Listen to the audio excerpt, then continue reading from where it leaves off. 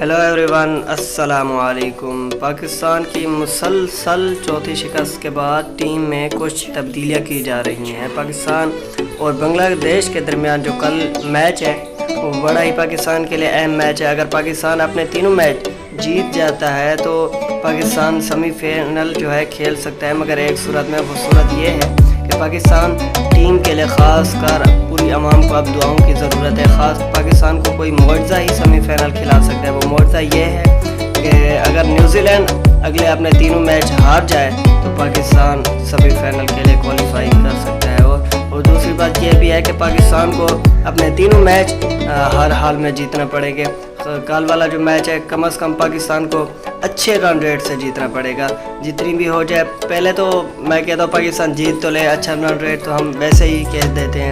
اگر کل کے میچ کی اسکواڈ کی بات کی جائے تو پاکستان کی جو پلینگ 11 ہوگی وہ اوپن جو ہے عبداللہ شفیق کریں گے، ان کا ساتھ دیں گے فخر زمان، اور تیسرے نمبر پر کپتان بابر اعظم، اور چوتھے نمبر پر محمد رضوان، اس کے بعد سعود شکیل پانچویں نمبر پر، چھٹے نمبر پر افتخار احمد، ساتویں نمبر پر شاداب خان، آٹھویں نمبر پر محمد نواز، اور نویں نمبر پر شہین شاہ افریدی۔ جبکہ 10ویں نمبر پر ابھی پر پرابلم آ رہی ہے کہ حسن علی جو ہے وہ فٹ ہو چکے ہیں، بالکل وہ پریکٹس سیشن میں حصہ بھی لے چکے ہیں، اور محمد وسیم جونیئر بھی ابھی فٹ ہے، انہوں نے پچھلے میچ میں اچھا فارم دیا تھا۔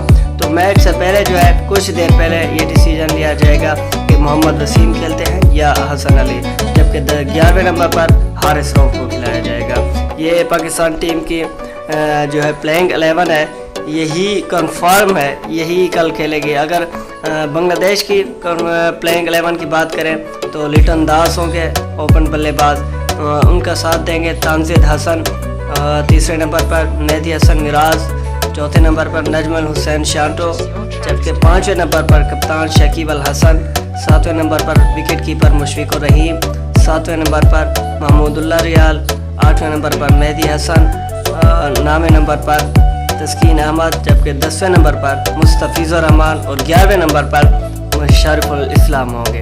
اور پاکستان کے لیے یہ میچ بہت زیادہ اہم ہوگا۔